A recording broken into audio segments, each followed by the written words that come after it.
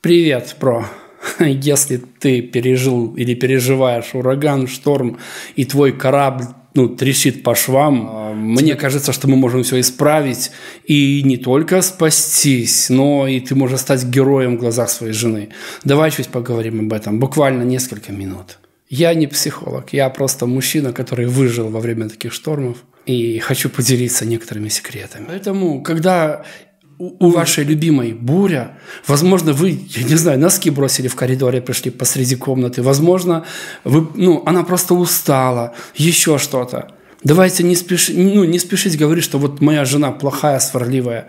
Мне кажется, что всегда есть возможность диалога, и можно попытаться, по крайней мере, попытаться выяснить, что же такое произошло, как это исправить, что можно с этим сделать. Попробуй не спорить, не защищаться, а наоборот расспросить, а как, а что, а чем я могу тебе помочь, расскажи мне. И просто начать диалог. На крайний случай ты можешь сказать, что ты всегда права. Вы знаете, что эта фраза, мне кажется, спасла больше браков, чем любая книга по психологии. Просто скажи, дорогая, ты всегда права. Возможно, дело вообще в тебе, а не в ней. Возможно, ты много слишком разглагольствуешь, ничего не делаешь, мало зарабатываешь, не беспокоишься о своей семье, не беспокоишься о детях, как они учатся, что они делают, какие оценки они приносят, чем они занимаются дома, на улице, еще что-то. Давай об этом, немножко подумаем. Спроси у нее, что случилось, что не так. Пусть она много говорит.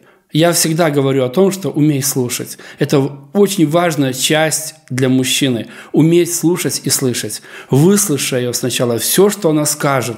Порасспрашивай, задай уточняющие вопросы. Поговори с ней. Сначала поговори.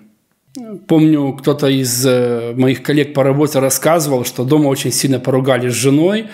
Очень сильно, прям в разнос. И говорит, все, на что меня хватило тогда, говорит, у меня не было слов. Я понял, что я прям накосячил, что, дошло, говорит, вот сюда. Говорит, я просто пришел, обнял ее. И она еще не все даже высказала, уже готовилась пойти полностью в разнос. Очень, такая женщина драйвовая, скажем так. И она вдруг присмирела, просто, говорит, расплакалась, и они просто поговорили, она рассказала, в чем дело, и они исправили эту ситуацию.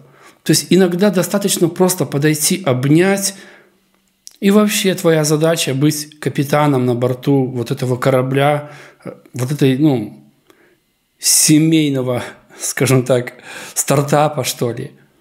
Даже когда шторм, когда все кажется наперекосяк, ты должен просто делать свое дело. Независимо от настроения команды, от настроения моря, солнца или нет его, ты должен выполнять свою работу. Я часто говорю в своих видео, что будь мужчиной, а не мужиком.